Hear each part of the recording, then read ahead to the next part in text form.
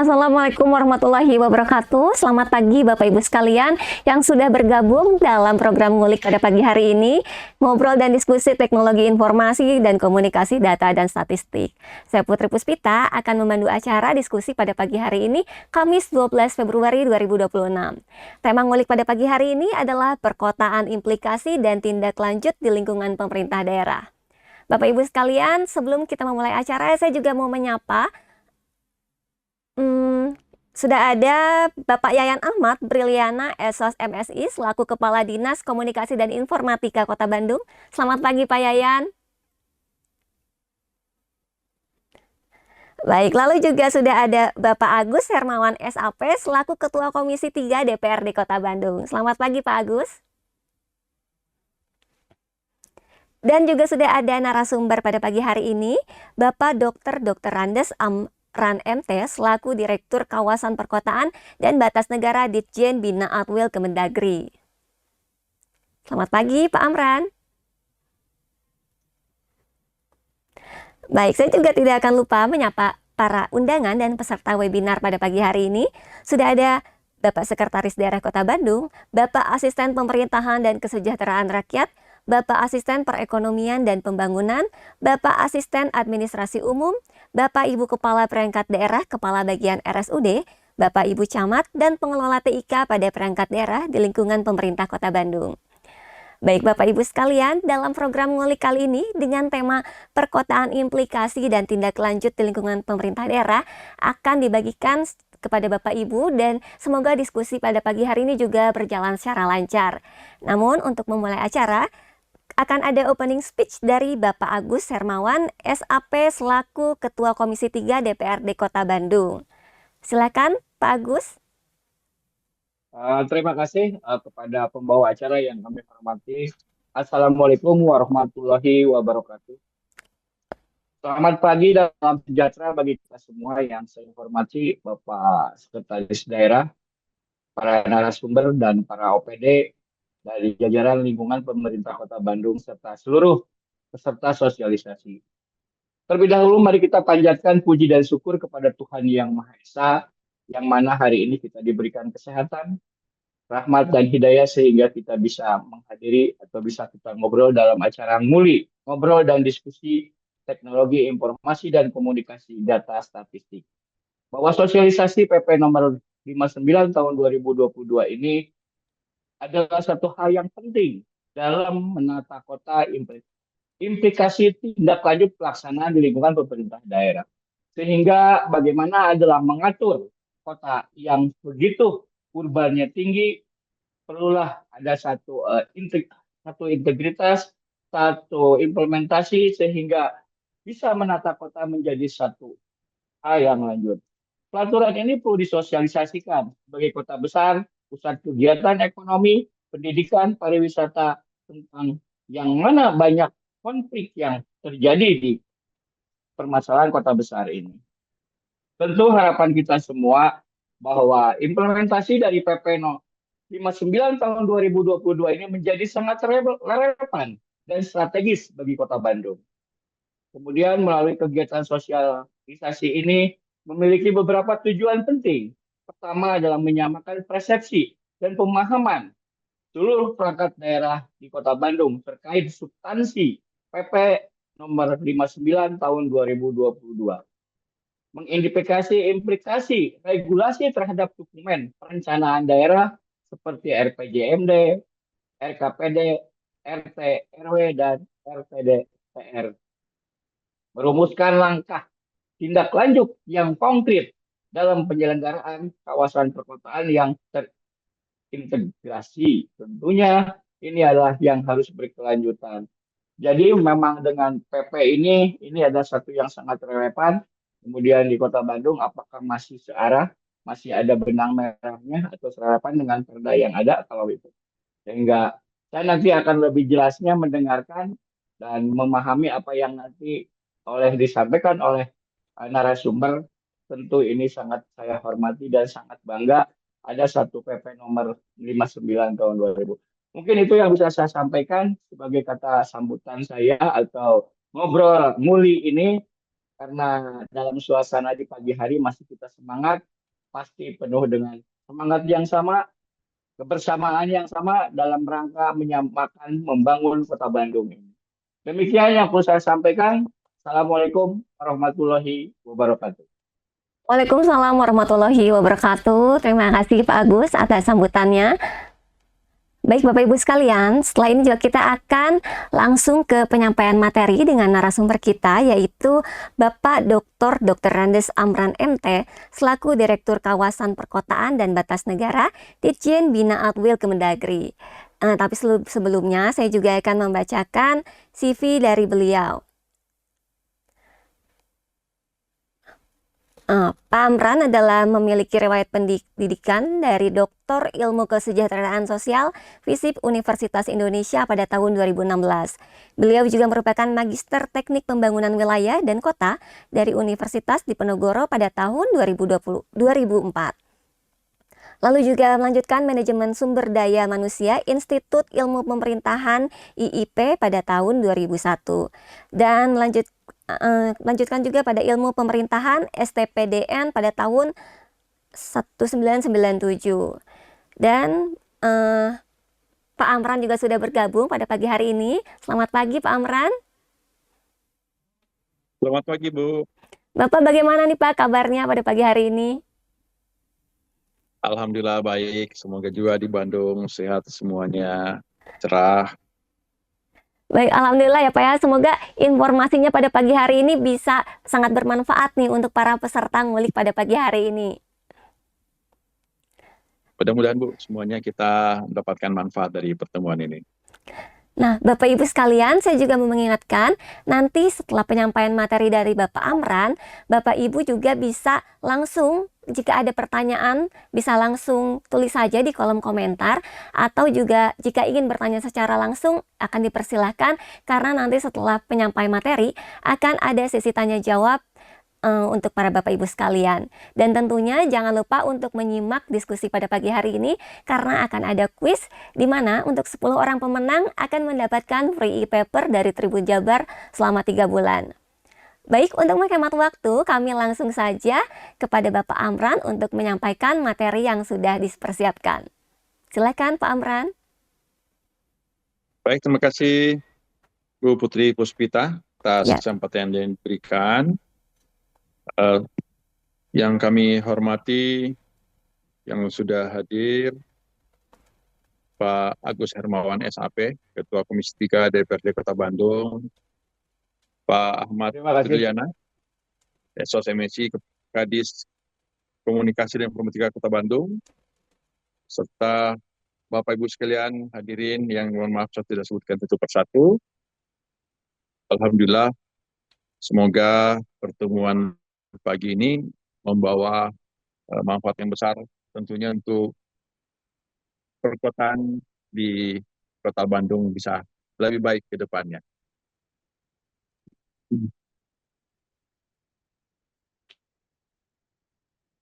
Pak, slide-nya sudah kelihatan ya? Belum share slide tapi ya Pak. Oke, sudah ada. Ya, sudah ya. Ya. Baik. Baik, Bapak Ibu sekalian, ya.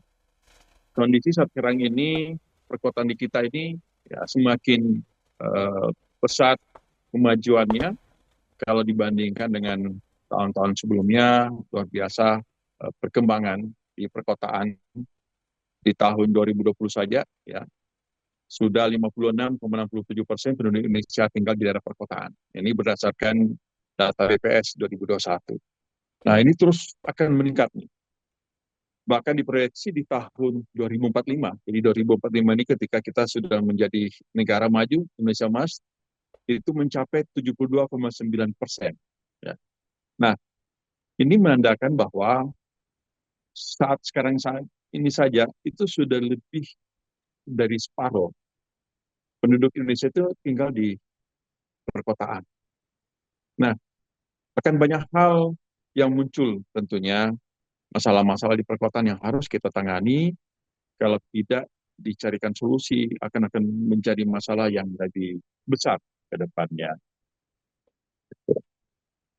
Baik, ada gangguan suara sedengar ya? Apa ada yang Tidak ada Pak, aman suaranya. masuk aman ya? Ya, Baik, di saya ada kresek-kresek. Baik, saya lanjutkan ya. Nah, tentunya kita harus berpikir mencari solusi dengan adanya permasalahan-permasalahan ini, apa yang harus kita lakukan. Isu-isu strategis yang muncul tentunya laju pertumbuhan kawasan perkotaan ya lebih cepat dari kota otonom. Ini kalau kita melihat yang daerah kabupaten. Karena perkotaan itu bukan saja yang ada di kota administratif seperti kota Bandung. Ya, Kabupaten Bandung tuh ada perkotaannya, minimal di ibu kota kabupaten. Bahkan kalau kabupaten-kabupaten di sekitar kota Bandung ini perkotaannya sudah sangat banyak ya, bisa lebih dari satu, karena pembatasan perkotaan ini kalau untuk kota, itu satu kota, semua wilayahnya adalah perkotaan. Tetapi kalau yang kabupaten, maka itu diatur dalam RDTR, Rencana Detail Tata Ruang, mana batasan-batasan perkotaan yang dimaksud. Nah, permasalahan di perkotaan ini semakin banyak, semakin dari waktu ke waktu, tentunya juga kita harus memikirkan bagaimana solusi. Nah, disinilah pentingnya kita merencanakan yang baik untuk menciptakan kota yang layak huni dan berkelanjutan. Bapak Ibu sekalian, tentunya sejalan dengan kebijakan pengelolaan perkotaan di RPJMN 2025-2045, ada misi transformasi ekonomi, perkotaan dan pedesaan sebagai pusat pertumbuhan ekonomi, kemudian di misi ke-6, pembangunan kewilayahan yang merata dan berkeadilan. Ini perlu ditindaklanjuti supaya tadi menciptakan perkotaan yang layak huni dan berkelanjutan. Nah, ada penguatan konektivitas, kemudian melaksanakan pembangunan perkotaan yang inklusif dan berkelanjutan, kemudian pengembangan kelembagaan dan regulasi pengelolaan perkotaan di wilayah metropolitan. Ya. Nah, hal-hal yang perlu kita dorong terus untuk pengembangan kota metropolitan, kota besar, dan kawasan perkotaan lainnya sebagai pusat pertumbuhan yang memenuhi standar pelayanan perkotaan berdasarkan prinsip layak huni, inklusif, berbudaya, hijau dan berketahanan, serta maju dan sejahterakan. Nah, Bapak Ibu sekalian, ini sudah kita tidak lanjuti terkait dengan perencanaan pengelolaan perkotaan ini, ya.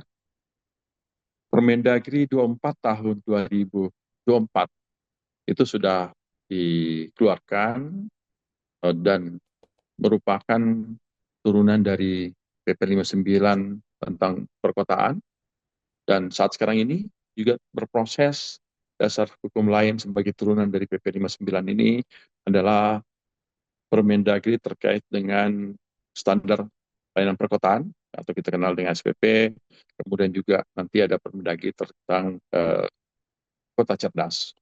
Nah, Bapak Ibu sekalian, kita melihat berbagai macam isu-isu strategis pengelolaan perkotaan. Ya, ada banjir, ya, kemudian ada kemacetan.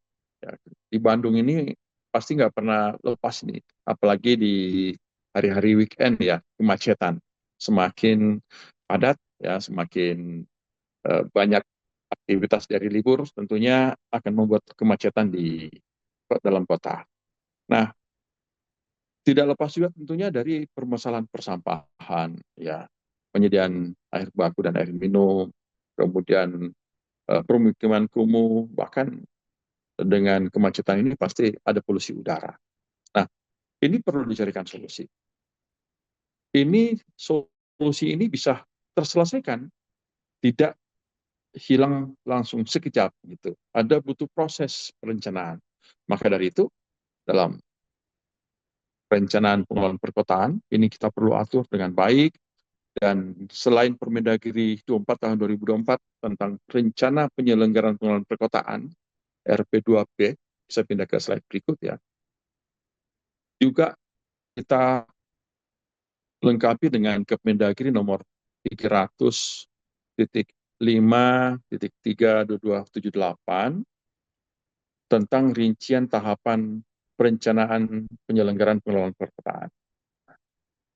Ini akan terlihat, ya, akan kelihatan seperti apa rencana pengelolaan perkotaan yang ada di masing-masing daerah. Bagaimana mengelola perkotaan itu yang semestinya. Karena dalam pengelolaan perkotaan ini, kita sudah merumuskan beberapa indikator-indikator harus dipenuhi, dan ini di dalam PP 59 itu sudah menjadi lampiran sesuai dengan SNI yang sudah ditetapkan. Nah, kemudian dalam sisi perencanaan, ya, ini harus juga sejalan dengan dokumen perencanaan yang sudah ada. Jadi tidak berbeda dengan dokumen perencanaan yang sudah dibuat, ya. Nah, baik dengan uh, yang termuat dalam rencana pembangunan uh, daerah, ya, maupun dalam RT RW, gitu. Dalam rencana penyelenggaraan pengelolaan perkotaan ini mensinergikan pengelolaan perkotaan antar lintas kewenangan dan antar pemangku kepentingan, termasuk integrasi layanan baik antar sektor maupun antar daerah yang berbatasan pada kawasan perkotaan lintas daerah. Jadi kita tidak hanya melihat bahwa kalau di Kota Bandung kita hanya memikirkan bagaimana perencanaan perkotaan di Kota Bandung, tapi juga harus berpikir bagaimana lintas daerah yang berdekatan, ya.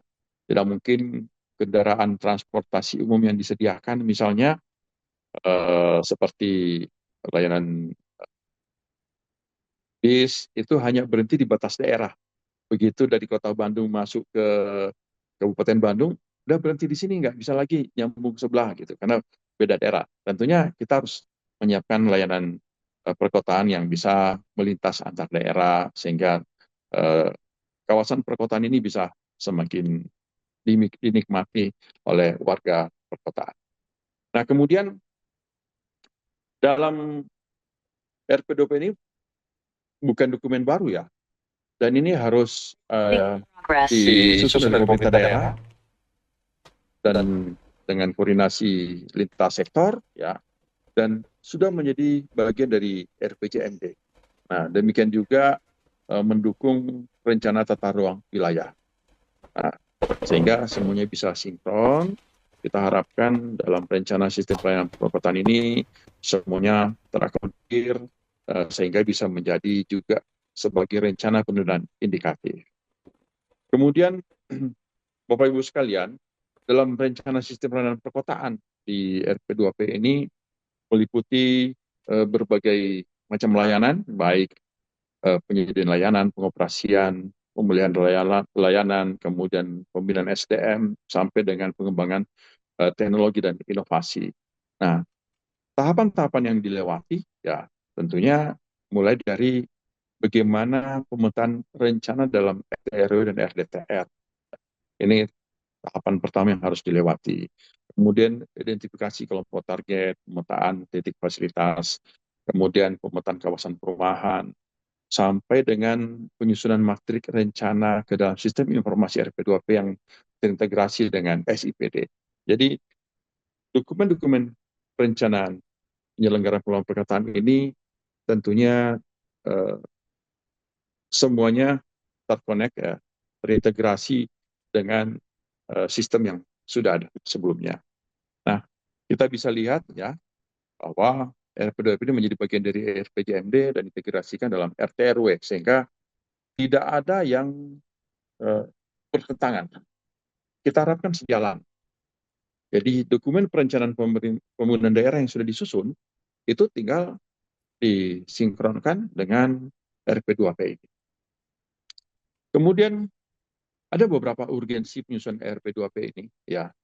Pertama, dasar hukum sebagai tindak lanjut dari PP 59 tahun 2022 tentang perkotaan, kemudian Permendagri 24 tahun 2024 terkait RP2P ini. Kemudian ini untuk menjawab permasalahan kota yang kompleks, ya. pelayanan yang tidak merata dan tidak sesuai kebutuhan warga. Ini bisa kita petakan apa permasalahannya, karena ada hal-hal yang perlu dipenuhi dalam perencanaan tersebut. Kemudian ketidakterpaduan antar sektor, tahapan waktu pelaksanaan dan lokasi penyediaan fasilitas, kemudian menjawab adanya kesenjangan akses antar kelompok masyarakat. Nah, kita pun menuntut bahwa dalam penyediaan layanan perkotaan ini harus memperhatikan keterjangkauan, keadilan, ya, sehingga tidak ada yang merasa tidak terlayani dalam perkotaan tersebut. Kemudian efektivitas sumber daya dan keuangan. RPDOP akan menyediakan basis data yang memastikan efektivitas pembangunan dan sumber daya yang digunakan. Akan terbaca, akan terlihat dalam perencanaan penyelenggaraan pengelolaan perkotaan ini, data-data yang dibutuhkan. Dari itu kita dalam proses melihat mengevaluasi penyelenggaraan perkotaan ini, kita melakukan maturasi perkotaan. Ya, ada beberapa indikator yang harus dipenuhi. Kemudian efektivitas keuangan dalam pengelolaan perkotaan, ya, dilakukan dengan kelengkapan data RP2P, kemudian skenario pendanaan pengelolaan perkotaan, identifikasi melalui rencana pendanaan indikatif. Kemudian sebagai pedoman operasional pengelolaan perkotaan, ya, ini menjadi alat strategis untuk menjabarkan area prioritas yang menjadi visi misi kepala daerah dalam pembangunan kota yang konkret dan selaras. Kemudian juga penyediaan layanan perkotaan secara terintegrasi karena sudah dimulai dari sisi perencanaan, pengoperasian hingga pemeliharaan. Kemudian pengembangan sistem pelayanan yang inklusif dan berkelanjutan karena sudah ada indikator-indikator yang sudah terpenuhi, baik dari layanan dasar dan kualitas hidup, kemudian kota cerdas dan inovasi, serta kota yang harus berketahanan. Nah, tiga indikator ini terpenuhi, maka itu akan menjadi perkotaan berkelanjutan. Nah, kemudian integrasi perencanaan lintas sektor dan wilayah. Ya, ini mengkonsolidasikan rencana dari pemerintah pusat, dari kementerian lembaga, dari pemerintah daerah, serta dari badan hukum, kemudian menyatukan rencana antar daerah yang berbatasan, ya, yang bisa lintas batas daerah, kemudian antar sektor dan antar tingkatan pemerintahan, supaya menghindari tumpang tindih dan fragmentasi kebijakan serta mendorong kolaborasi antar wilayah. Bagaimana pengelolaan perkotaan ini kalau tanpa RP2P, tanpa perencanaan yang baik, gitu. Nah, ini tidak terintegrasi kebijakan dan program perkotaan. Ini akan muncul berbagai macam masalah karena tidak ada sinkron, ya, antara perencanaan yang satu dengan yang lain, khususnya dalam perencanaan perkotaan. Kemudian prioritas pembangunan tidak tepat sasaran, terhambatnya integrasi dokumen perencanaan, ya, kemudian layanan perkotaan tidak optimal karena kita tidak mampu membaca, memotret bagaimana layanan dasar yang perlu disediakan dengan baik. Kemudian ketika terjadi perluasan pemukiman, ini bisa berdampak kepada pemukiman kumuh yang semakin banyak. Kemudian ketimpangan sosial dan spasial antar wilayah kota, sarpras perkotaan itu juga bisa tidak terkelola dengan baik. Nah, dampak berikutnya yaitu pemanfaatan sumber daya dan keuangan yang tidak efisien. Karena tidak ada perencanaan yang baik, tentunya akan berdampak kepada efisiensi anggaran. Ya. Nah, Bapak Ibu sekalian, maka dari itu setelah merencanakan perkotaan dengan baik, ya, berdasarkan Permendagri tentang RP2P ini, rencana penyelenggaraan pengelolaan perkotaan, maka kita harus juga memenuhi standar pelayanan perkotaan. Di Permendagri selanjutnya, ini akan ditetapkan standar pelayanan perkotaan. Ada indeks perkotaan berkelanjutan yang harus dipenuhi.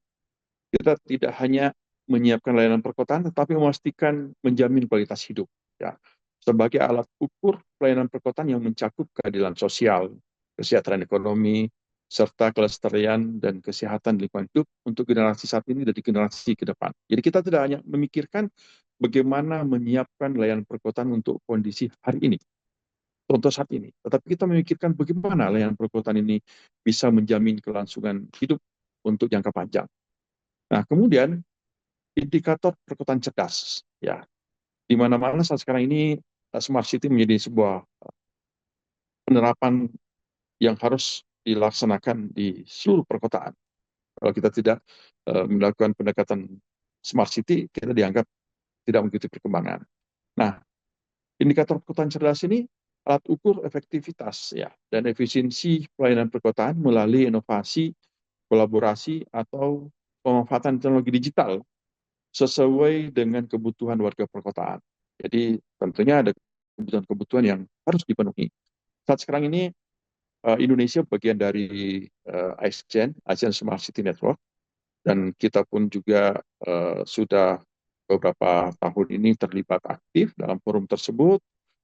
Ada 6 perkotaan yang terpilih sebagai pilot cities, ada pertemuan-pertemuan rutin tahunan yang dilaksanakan, mempertemukan semua CSCO, pilot cities ASEAN, ada kurang lebih sekitar 35 daerah, ya setingkat kabupaten kota yang akan bertemu setiap tahunnya. Nah, kita berharap juga Bandung ke depan bisa menjadi percontohan untuk smart city ini. Kemudian indikator perkotaan berketahanan. Alat ukur pelayanan perkotaan yang mencakup kemampuan untuk bertahan, beradaptasi, dan tangguh terhadap tekanan secara terus-menerus maupun guncangan besar yang dihadapi. Kita pahami bersama bahwa Indonesia saat sekarang ini sangat rawan dengan berbagai macam eh, bencana, ya, sehingga kita harus mempersiapkan diri dengan baik untuk penerapan sebagai perkotaan berketahanan, karena kemampuan untuk bertahan, beradaptasi dari berbagai macam tekanan ataupun ancaman terhadap berbagai macam bencana yang bisa muncul. Nah, di indeks perkotaan berkelanjutan ini ya, dengan 3 tadi indikator yang sudah saya jelaskan, kita melakukan penilaian dengan 3 indikator utama ini. Ada beberapa sektor yang harus kita lihat, ya ada 19 sektor, kemudian dari keseluruhan indikator ini, sektor ini ada 198 indikator yang akan kita jadikan sebagai indikator untuk menilai, untuk menguji, mendapatkan tingkat maturasi perkotaan, ya, untuk perkotaan berkelanjutan ke depannya. 2045 merupakan capaian untuk menjadi negara maju sebagai wujud Indonesia emas. Masih ada waktu kurang dari 20 tahun lagi, sudah tinggal 19 tahun untuk kita mencapainya. Nah, harapannya semua perkotaan di tahun tersebut, di tahun 2045 itu sudah berstatus sebagai perkotaan berkelanjutan. Nah, seperti apa untuk mencapai perkotaan berkelanjutan ini? Nah, inilah 3 indikator utama yang harus dipenuhi, yaitu layanan perkotaan dan kualitas hidup, yang harus tercapai, kemudian perkotaan cerdas, dan perkotaan berketahanan. Nah, kami juga akan melihat bagaimana persepsi masyarakat, ya. Jadi indeks persepsi perkotaan berkelanjutan ini melihat dari persepsi masyarakat. Kalau tadi indeks perkotaan berkelanjutan itu akan kita melihat bagaimana pelaksanaan penyelenggaraan perkotaan di daerah, baik kabupaten kota. Nah, kita juga melihat bagaimana persepsi masyarakat dengan pelaksanaan 3 indikator yang tadi saya sebutkan. Maka ini akan dilihat dari persepsi terkait dengan kemanfaatan, apakah semua layanan perkotaan ini bermanfaat untuk semua warga perkotaan, apakah juga memperhatikan standar keadilan, ya, kemudian standar keterjangkauan. Nah, ini semua akan dilihat. Nah, Bapak Ibu sekalian yang saya hormati, implementasi standar pelayanan perkotaan, ya, mulai dari layanan perkotaan berdasarkan RP2P yang disusun, kemudian kita melakukan pengukuran indeks SPP tadi yang saya sudah jelaskan, ya, ada 3 indikator utama yang harus kita nilai. Nah, di sini tentunya metode berbasis data. metode berbasis persepsi. Nah, ketika tahapan pertama ya sudah terlaksana dengan baik, yaitu identifikasi layanan perkotaan berdasarkan RP2P, perencanaannya kita lakukan dengan baik, ya sesuai dengan RP2P ini, tentu akan pengukuran di indeks SPP itu akan terpenuhi dengan baik pula. Ya. Jadi maturasi perkotaan ya untuk mengukur indeks standar pelayanan perkotaan ini itu akan hasilnya baik ketika dimulai dari perencanaan penyelenggaraan perkotaan yang baik. Nah, tentunya kita evaluasi ya, kemudian ada pelaporan, pembinaan dan tidak lanjut. Kita berharap bahwa dalam waktu 19 tahun ini, dari tahun 2026 ini sampai 2045, itu ada tahapan yang harus kita lewati. Tahun ini sekian daerah, sekian perkotaan, kemudian di tahun depan 10 tahun pertama, kemudian nanti 15 tahun, itu apakah sudah tercapai lebih dari 50%, 75% perkotaan berkelanjutan. Nah, tantangan kita sangat besar ini, karena kita melakukan uji coba pada beberapa daerah, tingkat penilaian itu tidak semuanya di level yang tertinggi. Ya. Belum ada daerah yang mencapai dalam posisi yang tertinggi. Semuanya masih di tahap masih menengah ke bawah. Nah, ini yang kita dorong ke depan, semuanya bisa terpenuhi sampai berstatus sebagai perkotaan berkelanjutan. Kemudian pendekatan kota cerdas ini tentunya juga harus memperhatikan beberapa hal, yaitu di tata kelola ya perbaikan pelayanan publik. Di sini diharapkan tata kelola dampak pada efisiensi birokrasi, efisiensi transparansi dan penyusunan kebijakan. Kemudian di sektor ekonomi, pengembangan ekosistem bisnis yang berdaya saing dan kemudian berusaha, sampai dengan bagaimana pemasaran usaha masyarakat secara digital, mensejahterakan masyarakat.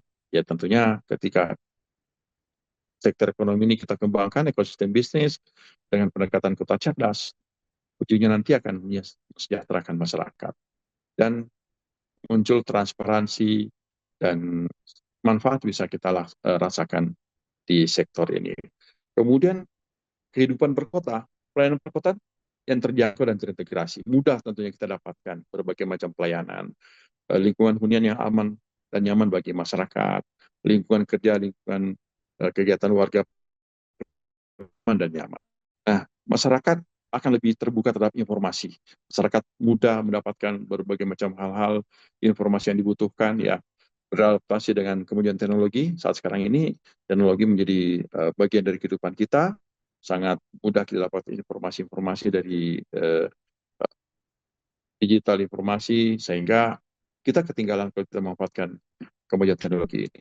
Nah, di sisi lingkungan, ini hal yang paling krusial saat sekarang ini. Tantangan di perkotaan adalah bagaimana sampah limbah ini bisa dikelola dengan baik. Banyak hal yang sudah dijadikan sebagai alternatif solusi ya bagi perkotaan yang kapasitas sampahnya 1.000 ton ke atas. Ada solusi untuk menjadikan sebagai pengolahan sampah energi listrik. Kemudian ada juga alternatif lain bagi daerah-daerah yang tidak terpenuhi sampai 1.000 ton per hari. Kemudian bagaimana sumber daya alam ini digunakan secara bijak ya, manfaatannya tidak malah menimbulkan bencana dalam pengelolaannya. Kemudian bagaimana kita berketahanan iklim dan bencana, pengelolaan berwawasan lingkungan, serta perbaikan wilayah perkotaan. Nah, mobilitas, ya tentunya kita mendorong bagaimana efektivitas dan efisiensi pergerakan orang dan barang, transportasi yang ramah lingkungan dan menyehatkan. Kita sudah mendorong bagaimana pengurangan polusi ya, dan penggunaan kendaraan-kendaraan yang minim polusi, kemudian pengelolaan sistem transportasi yang terintegrasi dan memanfaatkan kemajuan teknologi. Nah, Bapak Ibu sekalian, apa ke arah kebijakan pengelolaan kota cerdas ini? Nah, kota cerdas sebagai instrumen peningkatan pelayanan perkotaan. Kota cerdas sebagai diposisikan ya sebagai alat untuk mewujudkan pelayanan perkotaan yang berkualitas, terintegrasi, berkelanjutan dan berkeadilan, sebagaimana tadi sudah dijelaskan di PP 59. Ini bertujuan akhir, tetapi sarana untuk meningkatkan kinerja perkotaan. Ya. Jadi perkotaan cerdas ini bukan tujuan akhir, masih banyak hal yang perlu kita lakukan untuk mengelola sebuah perkotaan menjadi lebih baik. Kemudian penguatan SPP berbasis teknologi. Ya. Jadi standar pelayanan perkotaan ini kita bisa pantau, kita bisa lihat perkembangannya, pengembangan kecerdasan diarahkan untuk memenuhi dan melampaui standar pelayanan perkotaan. Di indikator perkotaan berkelanjutan, dari 3 indikator ini, ya pelayanan perkotaan dan kualitas hidup, kemudian perkotaan cerdas dan perkotaan berketahanan, kita melihat kita mengukur melalui standar pelayanan perkotaan ini. Kita akan melihat perkembangan dari waktu ke waktu sebuah perkotaan sampai dia bisa mampu memenuhi standar indikator tersebut. Indikator perkotaan berkelanjutan ini kita ambil dari indikator yang sudah sesuai SNI, ya sudah di-SNI-kan, bahkan sudah menjadi standar global sebenarnya. Nah, kemudian kita tarik menjadi SNI, dan inilah yang kita peras lagi dari lebih 200 indikator, kita jadikan 100 indikator, kemudian kita juga ada 99 indikator untuk persepsi masyarakat. Nah, kemudian pengelolaan perkotaan ini berbasis data terpadu. Arah kebijakan menekankan pemanfaatan data terpadu. Kita menyadari sekarang ini bahwa pentingnya satu data, ketika data bisa terpadu dan digunakan untuk bersama, tentunya ini akan memperkuat bagaimana pengelolaan bisa lebih baik sebagai dasar perencanaan, pelaksanaan, pengendalian, serta evaluasi penyelenggaraan pengelolaan perkotaan. Sehingga bisa tercapai perkotaan sesuai dengan standar pelayanan perkotaan. Kemudian ketika integrasi kota cerdas ke dalam RP2P dan dokumen perencanaan daerah. Nah, konsep kota cerdas diintegrasikan dan sistematis RP2P ini sebagai bagian dari RPJMD. Ya, tentunya selaras dengan RT/RW, sehingga kita dapatkan pengembangan kota cerdas mendukung perencanaan layanan perkotaan, lintas sektor, dan lintas wilayah secara konsisten. Demikian juga pembangunan perkotaan akan terwujud yang inklusif, berkelanjutan, dan berketahanan. Ya, ini yang kita harapkan sebagai tujuan kita, bahwa di tahun 2045 dengan melewati tahapan-tahapan ini, maka kita harapkan semua perkotaan di Indonesia itu bisa menjadi perkotaan yang inklusif, berkelanjutan, dan berketahanan. Nah, ini juga akan menjadi penguatan tata kelola dan kolaborasi multi pihak, banyak yang terlibat di dalamnya, baik dari pemerintah daerah itu sendiri, kemudian pemerintah pusat, dunia usaha, akademisi, maupun dari masyarakat dalam penyelenggaraan layanan perkotaan. Nah, kita berharap bahwa tindak lanjut dari implementatif di daerah ini untuk mendorong pelaksanaan PP 59 tahun 2022 ini, maka daerah harus melakukan penyesuaian kebijakan daerah, penguatan kapasitas kelembagaan dan SDM, yang ketiga pemanfaatan teknologi sesuai dengan kebutuhan daerah, serta monitoring evaluasi kinerja layanan perkotaan berbasis standar pelayanan perkotaan dan kota cerdas. Demikian Bapak Ibu sekalian, yang pengen dari saya terkait dengan pengelolaan perkotaan untuk mencapai perkotaan yang lebih baik, yang inklusif, berkelanjutan, dan berketahanan. Demikian kami kembalikan kepada Ibu pembawa acara. Terima kasih. Assalamualaikum warahmatullahi wabarakatuh. Waalaikumsalam warahmatullahi wabarakatuh. Terima kasih Pak Amran atas penyampaian materinya. Selanjutnya Bapak Ibu, saya juga akan memberikan informasi sedikit nih mengenai Bapak Amran. Mohon maaf tadi sempat terskip, yaitu Pak Amran ini saat ini menjabat sebagai pelaksana harian Direktur Jenderal Bina Administrasi Kewilayahan di Kementerian Dalam Negeri dengan jabatan definitif beliau adalah Direktur Kawasan Perkotaan dan Batas Negara pada direktorat yang sama. Nah, Bapak Ibu sekalian, tadi sudah dijelaskan tentang perkotaan, implikasi dan tindak lanjut di lingkungan pemerintah daerah. Buat Bapak Ibu yang ingin bertanya, bisa langsung menekan tombol raise hand atau juga menuliskan kolom komentar.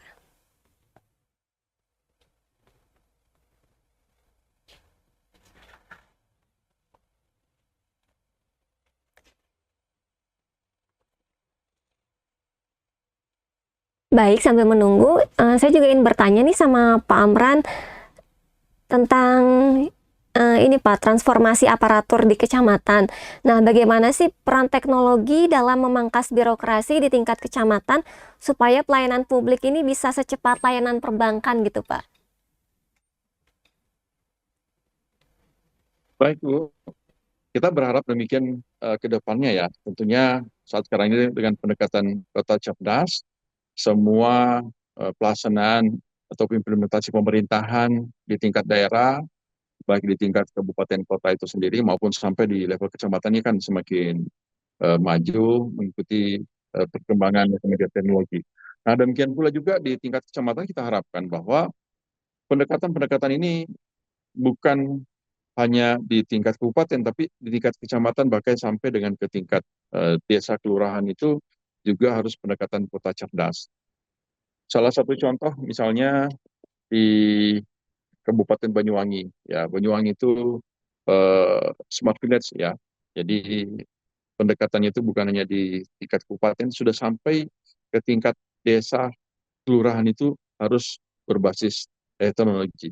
Nah, sehingga pelayanan publik itu diharapkan bisa lebih cepat, lebih efisien, dan lebih efektif. Nah, kita mendapatkan hasil layanan yang semakin baik tentunya. Uh, Apalagi di kecamatan. Di kecamatan ini adalah uh, perpanjangan ya dari pemerintah kabupaten kota di tingkat bawahnya.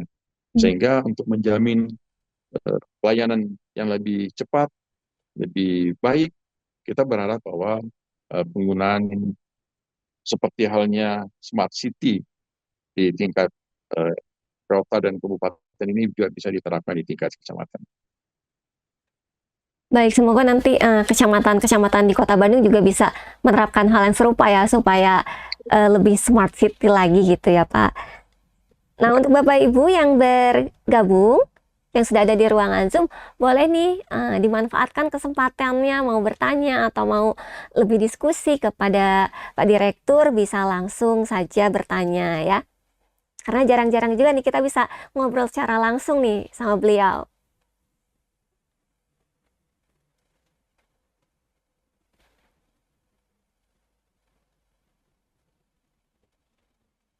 Kalau awal masih suka malu-malu ya, atau masih mikir apa ya pertanyaannya gitu ya.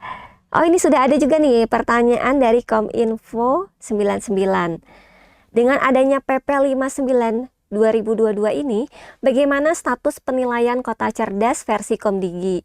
6 dimensi: smart government, smart branding, smart economy, smart living, smart society, dan smart environment. Mangga Pak Amran.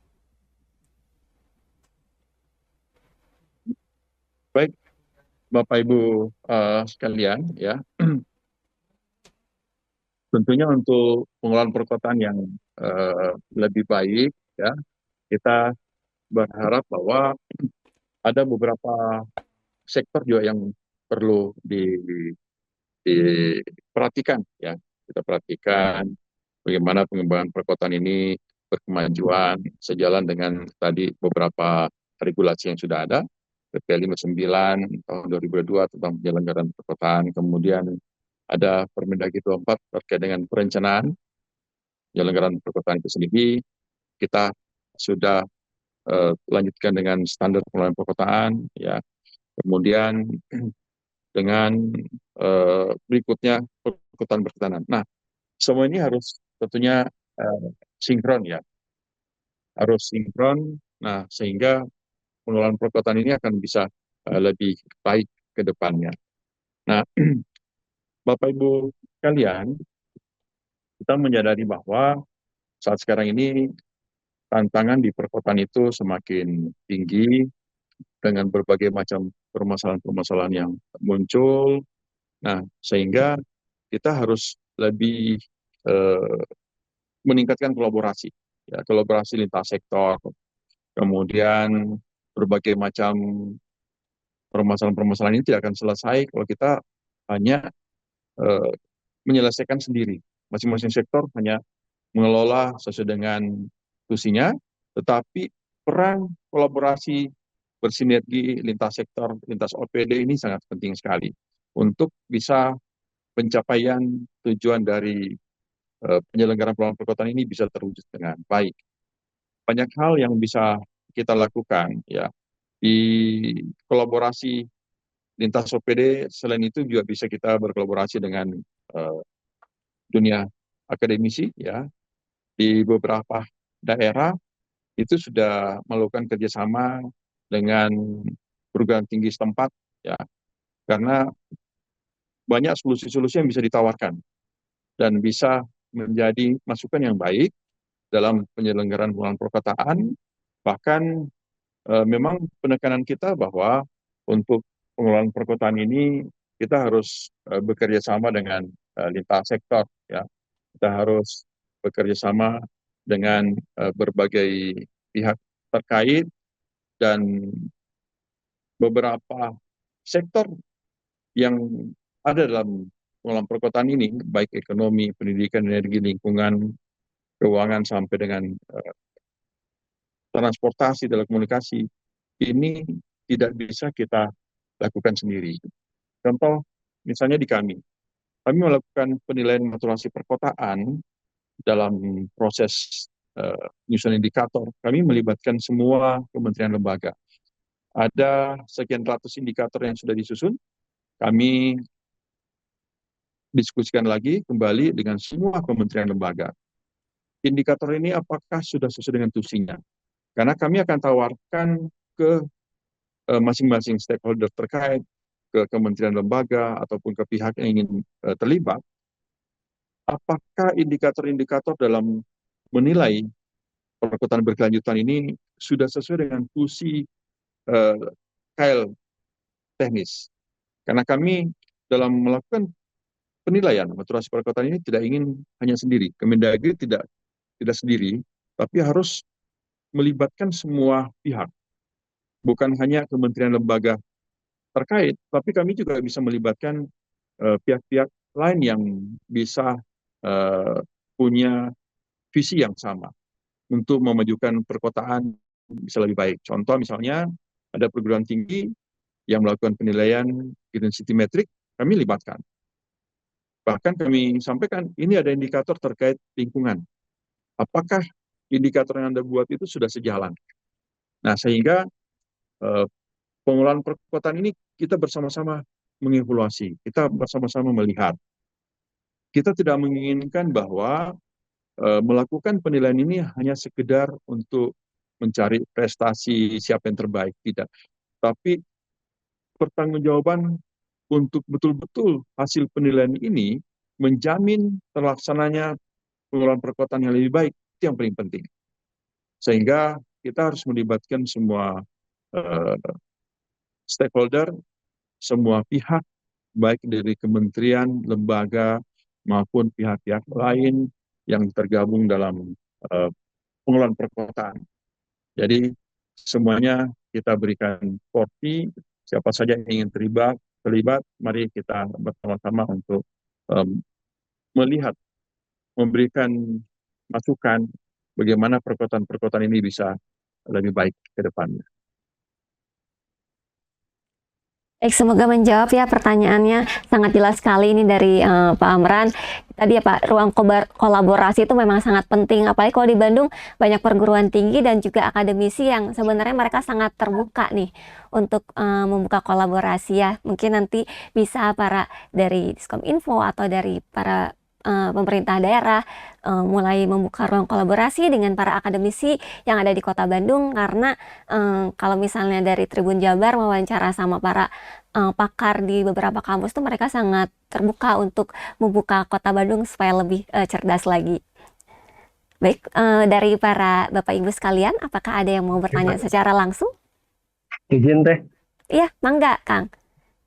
Dari Kang eh, Ari, silahkan. ya, izin bertanya bagaimana cara membangun kota cerdas atau smart city ini? Apakah secara merata kita bangun 6 aspek atau 6 dimensinya, atau dari 6 dimensi ini kita bisa pilih skala prioritas sesuai kebutuhan kota tersebut? Baik, boleh langsung dijawab oleh Pak Amran. Oh, baik.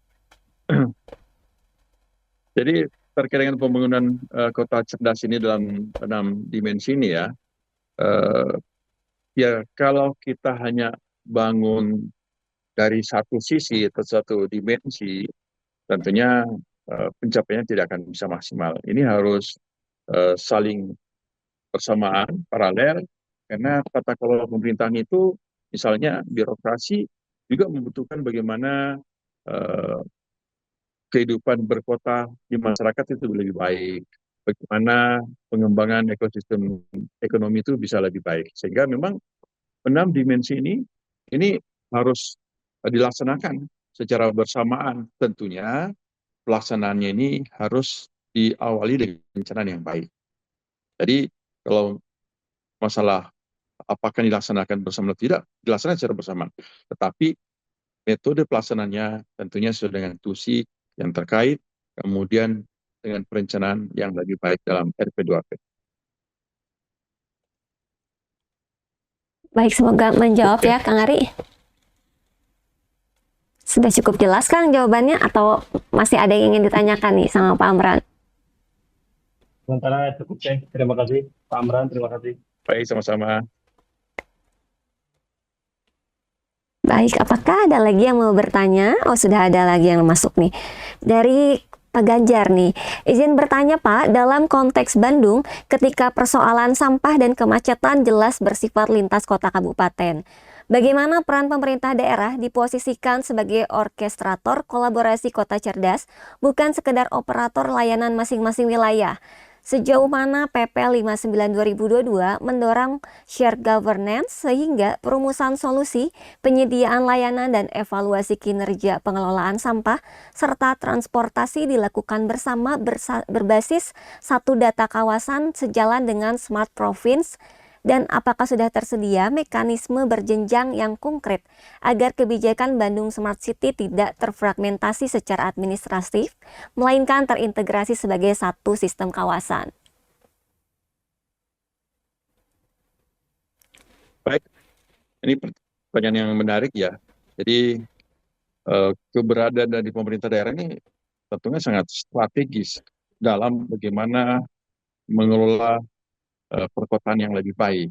Kota Bandung ini adalah tujuan wisata yang rutin setiap minggu itu selalu penuh ya.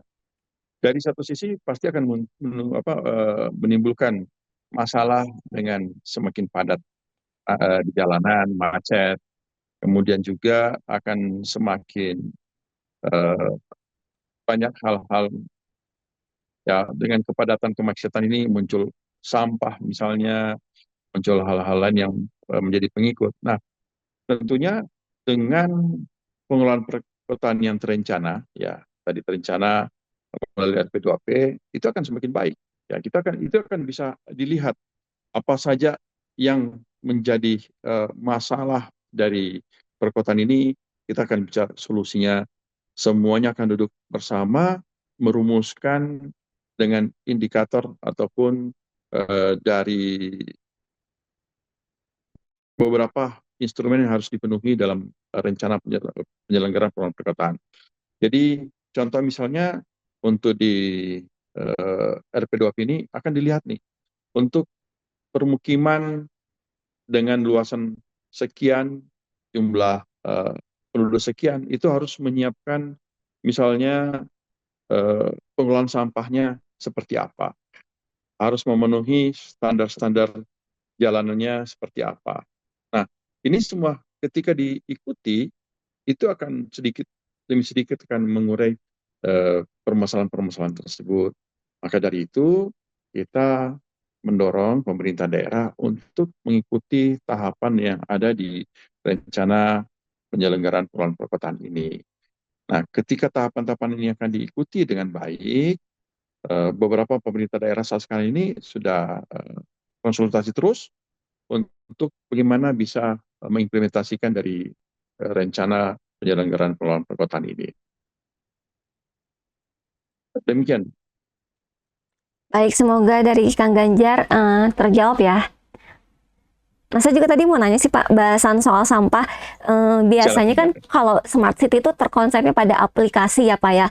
Nah, gimana sih Pak supaya konsep Smart City itu tidak hanya fokus pada aplikasi saja gitu, tapi benar-benar menyentuh penyelesaian masalah dasar perkotaan nih, seperti kemacetan dan juga tadi masalah sampah.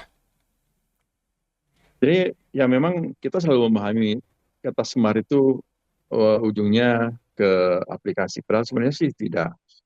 Smart ini, smart city, perkotaan yang cerdas ya, tidak hanya berdasarkan aplikasi. Bagaimana mengelola kota secara terencana dan baik, itu adalah pendekatan pengelolaan kota cerdas yang sesungguhnya.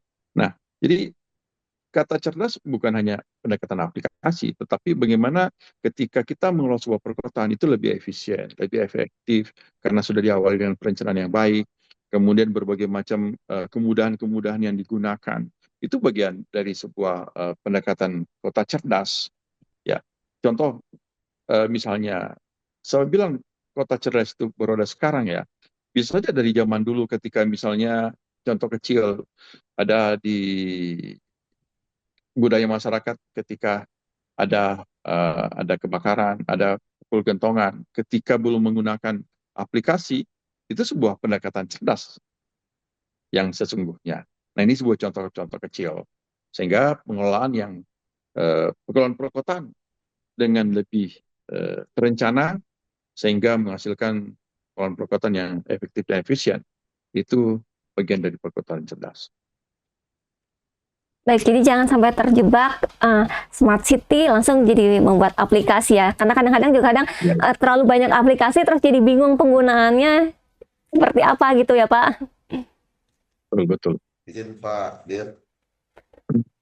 Mangga Pak. Izin Pak Dir. Iya. Ya, Silakan saya ingin disampaikan Pak menyampaikan, Gesli kalau ada menambahkan yang ditambahkan. Ya.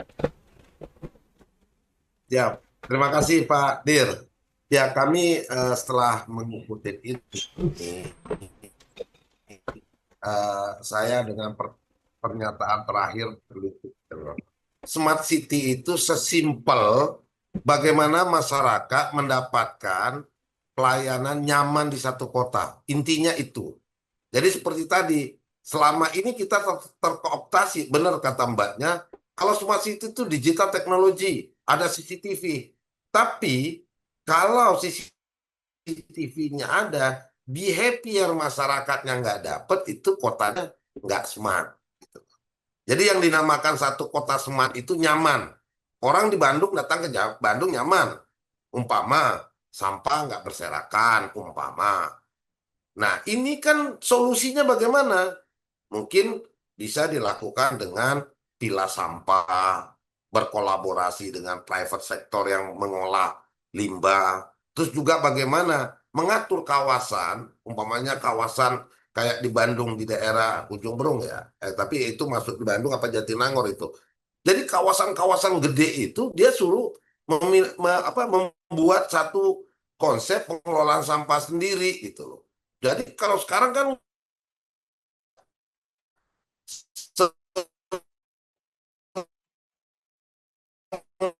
semuanya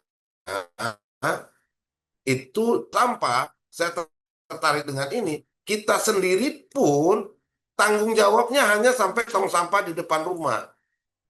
Mau dia lebih, mau dia buyar kemana-mana, kita nggak peduli.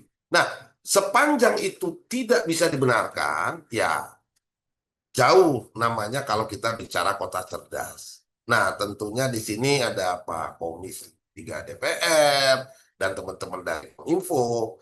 Sebenarnya 6 pilar di dalam pengelolaan Smart City di dunia yang dianut kalau kita sesuaikan dengan regulasi di Indonesia, sebenarnya 6 pelayanan wajib dasar. Digital teknologi saat ini hanya tool, alat. Nah, kalau umpamanya smart government, bagaimana pelayanan kepada masyarakat bisa kita gunakan alat ini. Nah, itu. Jadi jangan dibalik. Tapi bagaimana behavior masyarakat memahami bagaimana bisa membuat nyaman. Dan begitu juga kita selaku aparat bisa melihat. Jadi nanti ada smart forfin, ada smart desa. Sebenarnya itu hanya tempelan. Smart city kota. Kalau kabupaten apa? Smart region. Ada provinsi, smart provinsi. Ada desa, smart desa. Intinya layanannya. Bagaimana sampah di level di level desa sekalipun kalau dia terkelola dengan baik. Sebenarnya contohnya ada di Jawa Barat. Lembur Pakuan, Pak Dedi, bagaimana satu desa dia mengelola sampah dengan baik. Kalau ini desa-desa yang lain bisa, saya rasa itu. Kalau wujudnya di desa, smart village yang kita kenal. Kalau di kecamatan, smart kecamatan. Kalau di kota, smart kota. Kalau di provinsi, smart provinsi. Sampai smart nation gitu. Nah, ini mungkin dasar-dasar di dalam pengelolaan smart city dan semuanya itu udah tertuang sebagaimana Pak Direktur sampaikan tadi di dalam PP 59 tuh bagaimana merencanakan standarisasinya apa, inovasi yang dilakukannya apa. Itu semuanya sudah tertuang di dalam PP 59. Mungkin itu tambahan sedikit dari Pak Dir. Baik, Terima kasih. Pak Gesli.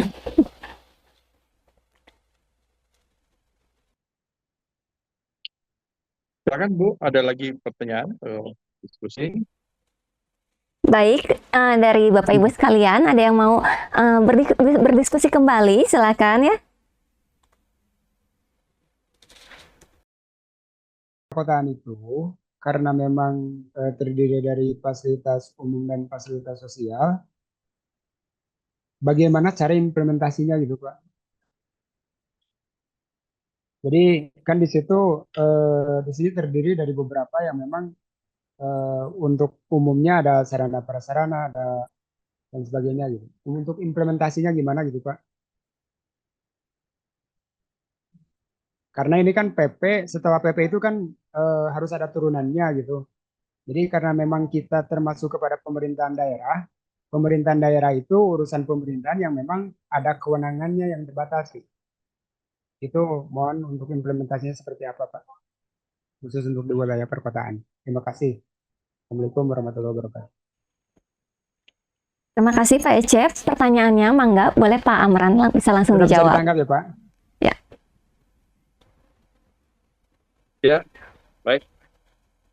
Jadi untuk implementasi dari PP 59 tahun 2002 tentang perkotaan ini, maka itu kita ada 3 Permendagri yang disiapkan sebagai turunan pelaksanaan.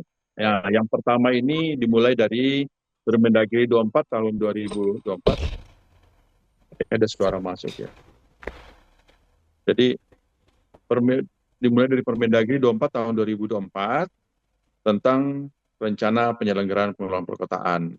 Nah, setelah Permendagri 24 yaitu dengan detail ya tahapan perencanaan penyelenggaraan pengelolaan perkotaan. Di sini lebih disusun lebih teknis ya. Kalau tadi di Permendagri 24 itu adalah bagaimana tentang perencanaannya. Nah, di Kemendagri turunan dari Permendagri 24 ini lebih detail lagi. Rincian tahapan perencanaan penyelenggaraan pengelolaan perkotaan. Ada panduan yang bisa dilihat untuk proses perencanaan penyelenggaraan perkotaan. Nah, setelah sisi perencanaannya ini kita implementasikan, maka muncul Permendagri kedua, yaitu tentang standar pelayanan perkotaan atau kita kenal dengan SPP. Ini tadi memuat 3 indikator utama ya untuk SPP ini. Halo, apa kedengaran? Terdengar Pak Amran? Kedengaran Halo, Pak, kedengaran Pak. Kedengaran ya? Ya. Baik, karena Jelas, di Pak, saya jelas. agak-agak berhenti tadi Baru sebentar. Baik. sampai Permendagri yang kedua SPP, Pak. Standar Oke. pelayanan perkotaan. Baik, nah di Permendagri yang kedua itu menyangkut terkait dengan standar pelayanan perkotaan. Tadi saya sudah jelaskan bagaimana di Permendagri standar pelayanan perkotaan ini dalam tahapan final ya, ini masih proses finalisasi penandatanganan, tapi pembahasan sudah dilakukan, penyiapan sudah dilakukan, kita sudah bahas berbagai kementerian lembaga terkait ya. Nah, ini sudah disusun, sudah disiapkan. Tadi setelah melakukan perencanaan, maka kita mulai menetapkan bagaimana standar pelayanan perkotaan. Untuk mengetahui penerapan standar pelayanan perkotaan ini, maka kita lakukan penilaian, kita lakukan maturasi perkotaan. Sebagaimana tadi disebutkan ada 3 indikator utama yang kita lakukan penilaian, yaitu pertama layanan perkotaan dan kualitas hidup, kemudian yang kedua adalah perkotaan cerdas, kemudian perkotaan berketahanan. Nah, kemudian di terakhir adalah Permendagri penyelenggaraan pengelolaan perkotaan dengan pendekatan kota cerdas. Ini juga dalam proses penyusunan, sehingga ketika 3 Permendagri ini kita implementasikan, maka kita dapatkan kualitas pengelolaan perkotaan yang lebih baik menuju perkotaan yang berkelanjutan. Ini tahapan-tahapan yang kita lewati, kita laksanakan untuk bisa mencapai dari tujuan kita perkotaan berkelanjutan di tahun 2045 semuanya tercapai untuk di semua kabupaten kota. Seperti itu pelaksanaannya, Pak. Terima Baik, kasih, Pak Amran.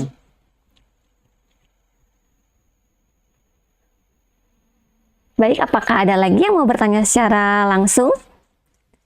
Ada juga nih pertanyaan, tapi sudah dijawab ya. Mungkin dari Pak Amran bisa ditambahkan juga. Dari Pak Martin, untuk indeks perkotaan berkelanjutan mengacu pada SNI nomor berapa ya, Pak?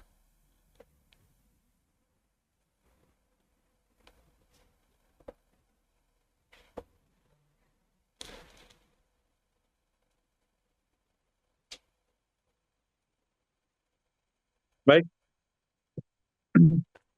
Jadi kita ada 3 SNI ya yang sudah dipenuhi untuk mewujudkan pengelolaan perkotaan ini. Pengelolaan perkotaan ini tentunya dari beberapa indikator yang sudah kita susun, ya ada beberapa indikator kurang lebih sekitar 250 indikator dari 3 indikator utama tadi yang saya sebutkan itu. Nah, ini kita rumuskan menjadi tiga penilaian ya, 3 penilaian ini, maka tentunya akan didapatkan pengelolaan perkotaan yang lebih baik ya. Nah, Bapak Ibu sekalian, dalam pengelolaan perkotaan dari implementasi untuk perkotaan berkelanjutan ini ya, berkelanjutan ini 3 hal yang menjadi faktor utama kita adalah bagaimana mengelola perkotaan yang lebih baik, ya, bagaimana mengelola perkotaan yang lebih baik, kemudian bagaimana perkotaan ini terencana, kemudian bagaimana implementasi untuk perkotaan ini bisa berkelanjutan. Nah, sehingga 3 indikator ini yang sudah tersusun dalam SNI ya, yaitu SNI 37120 terkait dengan layanan perkotaan kualitas hidup ya, ada 111 indikator di dalamnya. Kemudian indikator perkotaan cerdas ini sesuai dengan SNI 37122 ada 80 indikator di dalamnya. Kemudian SNI perkotaan bertahanan ya, SNI 37123 ada 65 indikator. Jadi secara keseluruhan 256 indikator. Ini yang kita satukan. Ini kita satukan yang tadi saya sampaikan bahwa kita ada 198 indikator yang sudah kita peras dari 3 SNI ini untuk melakukan penilaian maturasi perkotaan. 99 untuk perkotaan berkelanjutan dan 99 untuk persepsi masyarakat dalam melanjutkan perkutan berkelanjutan. Demikian. Baik, terima kasih atas jawabannya. Lalu juga ada pertanyaan. Sesuai dengan PP 59 2022 ini, apakah pengelolaan kota cerdas berada di lingkup SPBE atau sebaliknya? SPBE merupakan sebagian komponen dari pengelolaan kota cerdas. Mohon pencerahannya ya, Pak. Betul sekali, Bu. Jadi, ini bagian. Itu merupakan penunjang bagaimana untuk mendukung pengelolaan kota cerdas. Jadi memang penilaian SPB ini menjadi salah satu faktor pendukung sehingga bisa dikatakan bahwa ketika daerah memiliki nilai SPB yang bagus, itu yakin dengan mudah bisa menerapkan pendekatan kota cerdas ini. Merencanakan pengelolaan yang lebih baik, pengelolaan perkotaan yang lebih baik, mengikuti RP2P itu akan lebih mudah. Ketika dia sudah mampu mengikuti penilaian SPB yang lebih baik. Contoh misalnya, Sumedang. Sumedang itu bahkan di bawah Kota Bandung ya beberapa tahun silam terkait dengan penilaian SPBE. Nah, tapi beberapa tahun terakhir dia dorong terus bagaimana pelaksanaan SPBE jadi lebih baik, maka dia bisa mendapati posisi nilai tertinggi di Jawa Barat. Nah, saya nggak tahu nih perkembangan terakhir itu, tapi beberapa waktu yang lalu merupakan yang tertinggi Jawa Barat dan akan dengan mudah untuk mengimplementasikan pendekatan kota cerdas. Saat sekarang ini, Sumedang itu melalui perkotaan Jatinangor menjadi salah satu percontohan di tingkat ASEAN untuk kota berbasis pendidikan. Nah, tentunya ini bagian dari salah satu upaya yang dilakukan dengan menguatkan SPB-nya. Demikian, Bu. Baik, terima kasih Pak Amran untuk jawabannya. Untuk Bapak Ibu sekalian, masih terbuka untuk diskusi kita pada pagi hari ini, dan juga kalau ada yang mau bertanya langsung, mangga dipersilahkan ya. Atau mau bertanya lewat kolom komentar juga boleh.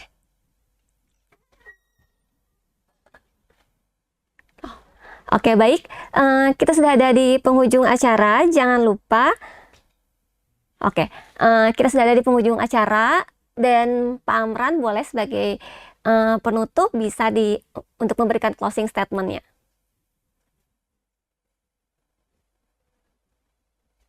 Baik, terima kasih Bu Puspita. Bapak Ibu sekalian yang saya hormati, muliakan, bahwa pengelolaan perkotaan itu tentunya membutuhkan kolaborasi sinergitas kita semua untuk memulai dari tahapan perencanaan. Ya, pengelolaan perkotaan ini harus diawali dengan perencanaan yang baik sesuai dengan standar pengelolaan perkotaan. Kemudian kita sama-sama mengawal untuk kolaborasi dari berbagai pihak bagaimana mengimplementasikan hasil perencanaan perkotaan yang sudah terencana dengan baik, dan sama-sama kita juga ikut mengawasi, memonitor agar perkotaan ini bisa terwujud sebagai perkotaan berkelanjutan. Kita harapkan Kota Bandung bisa menjadi salah satu wujud perkotaan berkelanjutan sehingga bisa menjadi contoh di tingkat nasional dan di tingkat ASEAN ke depannya. Demikian, terima kasih. Baik, terima kasih Pak Amran atas penyampaian materinya, dan terima kasih juga untuk Bapak Ibu yang telah berdiskusi dan juga aktif bertanya pada pagi hari ini. Dan saya juga mau mengingatkan sudah ada kuis yang tertera di kolom komentar. Jadi untuk para Bapak Ibu sekalian, jangan lupa untuk mengisi absensi dan juga kuis yang sudah tersedia. Untuk para pemenang, nanti akan dipilih 10 pemenang dan akan mendapatkan free e-paper dari Tribun Jabar selama 3 bulan. Lalu karena sudah ada di penghujung acara, saya juga mengucapkan terima kasih kepada Bapak Yayan Ahmad Briliana selaku Kepala Dinas Komunikasi dan Informatika Kota Bandung. Lalu juga Bapak Agus Hermawan SAP selaku Ketua Komisi 3 DPRD Kota Bandung. Lalu ada Bapak Dr. Rendes Amran MT selaku Direktur Kawasan Perkotaan dan Batas Negara Ditjen Bina Atwil Kemendagri, dan para undangan peserta webinar Bapak Sekretaris Daerah Kota Bandung, Bapak Asisten Pemerintahan dan Kesejahteraan Rakyat Bapak Asisten Perekonomian dan Pembangunan, Bapak Asisten Administrasi Umum, Bapak Ibu Kepala Perangkat Daerah, Kepala Bagian RSUD, Bapak Ibu Camat, dan pengelola TIK pada perangkat daerah di lingkungan pemerintah Kota Bandung. Terima kasih sudah tetap bergabung dalam program Ngulik pada pagi hari ini. Saya Putri Puspita, pamit sampai jumpa lagi di program Ngulik yang lainnya. Wassalamualaikum warahmatullahi wabarakatuh.